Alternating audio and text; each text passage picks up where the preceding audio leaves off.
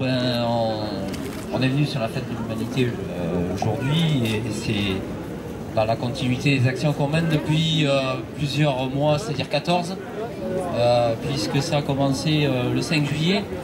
Alors parler d'un site ou d'un autre, peu importe.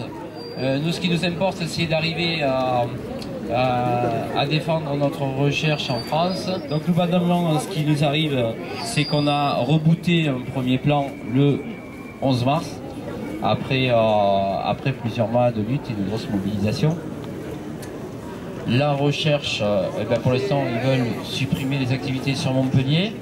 Et comme le site de Toulouse est essentiellement sur la recherche, c'est toute l'activité entre Montpellier et Toulouse au niveau recherche qui va être supprimée avec un emballage, on va dire, de notre direction qui essaye de faire passer la pilule le mieux possible, puisque sur Toulouse, ils leur disent on va vous rendre autonome d'ici 5 ans, donc on va vous donner les moyens, sauf que pour être autonome, il faut avoir trouvé un médicament d'ici 5 ans, et on sait bien que dans notre métier, c'est pas possible, il faut au moins une dizaine d'années.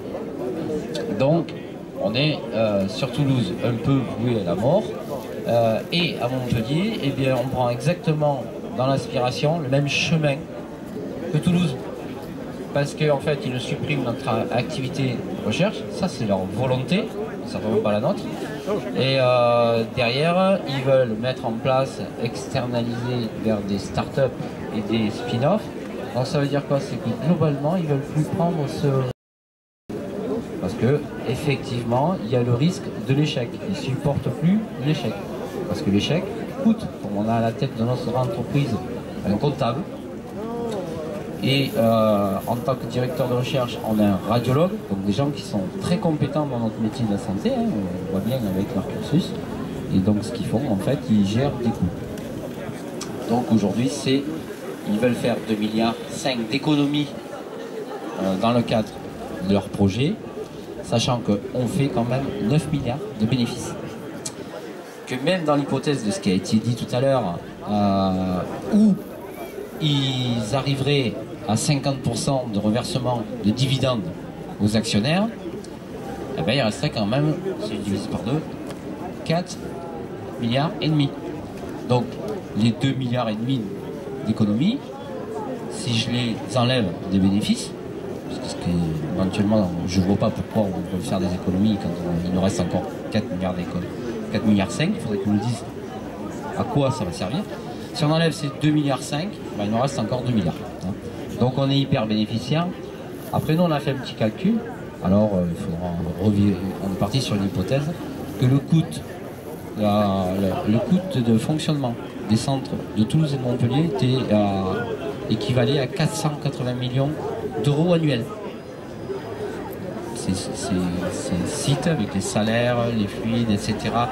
et le travail qui est autour, tout ce qu'on a besoin pour exercer notre travail, ça équivaudrait à ce prix-là. Si on fait une petite division, 9 milliards divisé par ces 480 millions d'euros, on se retrouve que notre employeur, si ses bénéfices d'une année, il les met sur Montpellier et Toulouse, à travers ce coût, on a 19 ans devant nous, à peu près. C'est-à-dire qu'avec une année de bénéfices. Donc il faut se rendre compte ce que c'est. C'est vraiment une histoire de volonté, c'est pas une histoire d'argent, la problématique aujourd'hui. Et donc ça va être un problème de santé publique aussi. Donc ça c'est le premier élément. Donc on voit bien que Sanofi a les moyens. Donc, et avec ces 19 ans, là, on n'est plus en situation d'échec, comme ce qu'ils sont en train de faire sur Toulouse pour les mettre, ils veulent les rendre autonomes en 5 ans. L'impossibilité de trouver un nouveau médicament en 5 ans, c'est-à-dire trouver, bien sûr on peut trouver des choses en 5 ans, mais que ça soit, que ça commence à parler au niveau retour sur investissement, c'est-à-dire on va rentrer de l'argent en retour de ce qu'on aura trouvé, c'est-à-dire la commercialisation. Là, avec cette notion juste aussi comptable de notre côté et ce regard-là, il s'avère qu'on peut avoir 18 ans et en 18 ans, on a quand même des chances on a plus de chances de trouver quelque chose et d'arriver à avoir le retour sur investissement. Ça, c'est le premier élément. Deuxième élément aussi où on va interpeller tout un chacun sur le sujet de cette santé. Et là, la fête de l'humanité et toutes les tribunes qu'on peut avoir, eh bien, elles sont intéressantes parce que tous les deniers publics qui sont donnés à Sanofi à travers le crédit impôt recherche, CICE et toutes les aides locales qui sont mises en place. Un exemple à Montpellier. Localement, il y a un bâtiment qui a été construit, qui s'appelle un DI50, donc c'est technique. Donc c'est un bâtiment qui a vocation à produire du principe actif à l'aide d'outils performants, 107 millions d'euros. Le coût du bâtiment. Donc des aides du Conseil général, de la région, tout un tas de choses qui sont venues là-dessus. Ce bâtiment, il a été terminé de construire et au moment du démarrage, ils sont venus nous annoncer que, eh bien, il ne démarrait pas. Formidable, un investissement pour rien. Donc nous on dit ce bâtiment est 100% sans salarié aujourd'hui. Pire, il y a quelques semaines, c'est-à-dire il y a une dizaine de jours, notre direction locale nous a reparlé de cet outil et de ses perspectives.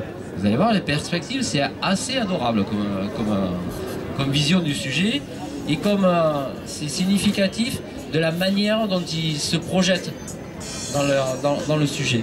Donc, ils ont dit, ben, pour ce bâtiment, on a plusieurs solutions. La location, alors c'est pas pour nous, hein, toujours. La vente, ce sera toujours pas pour nous. Et le troisième, ça commence par un D. Est-ce qu'il y a quelqu'un qui est capable de trouver ce qui peut commencer par D qui pourrait être une solution? Destruction. Voilà. Imaginez un investissement de 107 millions d'euros. Donc, comme le dit et le répète régulièrement une des copines de Montpellier, eh ben, c'est un téléthon qu'on jette. Sachant que ça, 107 millions, c'est la construction. Mais la destruction, elle va aussi coûter. Donc ça, c'est significatif de leur projet industriel. Ils se présentent comme des entrepreneurs. Ben, ce ne sont pas des entrepreneurs, ce sont des destructeurs. Donc voilà un petit peu, ça c'est assez atterrant. Quand on a les moyens de faire ça, on a les moyens de garder son activité de recherche et de développement et de la développer puisque il faut trouver des solutions thérapeutiques pour un nombre de patients qui sont en attente. Deuxième point sur lequel je voulais appuyer, c'est donc ce crédit impôt recherche qui aujourd'hui arrive régulièrement toutes les années dans l'escarcelle de Sanofi. Ce crédit impôt recherche et autres aides, elle permet de payer un chercheur sur 10. Alors ça ne va pas. Parce que on n'a pas besoin de cet argent vu qu'on est hyper bénéficiaire. On le reçoit, donc éthiquement par rapport à notre métier, ce qui serait intéressant quand même de faire, et ce qu'on propose nous, et là il y a un levier dans le côté politique, on n'arrête pas de le dire et de le répéter. On a un levier pour imposer des choses à cette entreprise privée qui s'appelle Sanofi, c'est-à-dire ce crédit d'impôt recherche, un chercheur sur 10, ça veut dire que immédiatement on pourrait recruter 106 personnes à Montpellier et 61 personnes à Toulouse. Mais il n'y a pas que ces sites, il y en a d'autres. Donc globalement, on pourrait avoir, puisque c'est une manne d'argent supplémentaire, qui nous permettrait d'alimenter, puisque le but de ce crédit impôt recherche et CICE, c'est quand même d'aller de l'avant et d'aider les entreprises à rechercher encore plus, pousser dans l'innovation, etc. Donc ben, nous on prend le challenge et on dit créons les emplois avec cet argent qui nous revient et qui est du denier public. Et non seulement on ne s'arrête pas là, on dit il faut aussi travailler sur des programmes, puisque c'est du denier public, des programmes de santé qui travaillent en commun avec les institutions locales, régionales et nationales, sur des programmes communs qui nous permettraient quand même d'imposer des choses à des entreprises comme la nôtre, qui reçoivent quand même tout cet argent public et qui est, il faut qu'on ait un retour de cet investissement de l'État sur ce sujet. Donc là, on a des pistes sur lesquelles il faut que nos politiques, dans leur globalité, travaillent le sujet. Hein. Parce que même si tous ces crédits d'impôt n'ont pas une obligation de résultat, en fait c'est de l'argent donné, chacun fait ce qu'il veut, même si c'est pas écrit dans le marbre, on peut quand même pousser pour que la volonté elle soit dans ce sens-là et qu'elle soit tournée vraiment vers le patient et vers la santé publique et un retour vers tous ceux qui donnent de leur poche hein, à ce sujet-là. Donc voilà un petit peu où on en est. Donc plutôt que de dire bah oui nous eh bien, on a une réduction d'emploi dans le cadre du plan 250 proposés à Montpellier et si on se projette à 5 ans à Toulouse c'est 614 et nous si on se projette encore au plus loin eh bien, on suivra le même chemin que Toulouse parce qu'on a un site sur Montpellier qui est dimensionné à 1800 salariés et si on enlève les 250 qui sont prévus dans le plan, on va se retrouver à 800. Alors monsieur Montebourg qui est venu sur Montpellier, il se gargarise de dire moi, ministre du redressement productif, alors moi j'enlève productif et je dis catastrophique, j'ai sauvé 800 emplois à Montpellier. Il n'a rien sauvé du tout, il a fait que valider le plan de la direction. Donc ça on n'est pas d'accord du tout. Le tissu scientifique de Montpellier l'a déjà écrit, il y a des passerelles et il y a des travaux qui sont faits en commun. Donc tout ça, ça doit quand même aller plutôt de l'avant que d'être sur le reculoir. Donc voilà un petit peu là où on en est.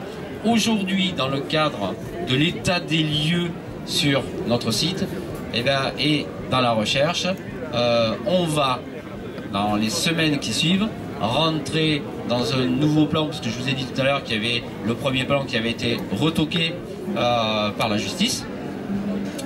Et donc là, le plan va ressortir hein, quasiment à l'identique avec quelques modifications, mais de formulation ou de... là, les choses qui changent, c'est qu'on se retrouve dans le cadre de l'ANI. Donc la procédure va démarrer incessamment sous peu avec son mécanisme et son timing qui a été établi, c'est-à-dire 4 mois, voire un petit peu plus, mais on peut imaginer si rien n'est fait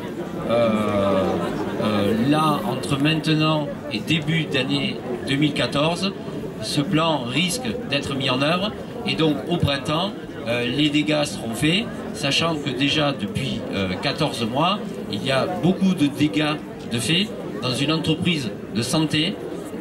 Les plus malades aujourd'hui, c'est quand même beaucoup les salariés qui sont dépressifs, démotivés, en arrêt, ou alors, comme nous, mobilisés. Et on est partout où on peut l'être, sauf que c'est pas notre métier de manifester, de revendiquer, de faire des blouses, de faire des décos, de faire des billets. Notre métier, c'est d'être derrière notre paillasse, de travailler au service du patient pour trouver de nouveaux médicaments. Merci.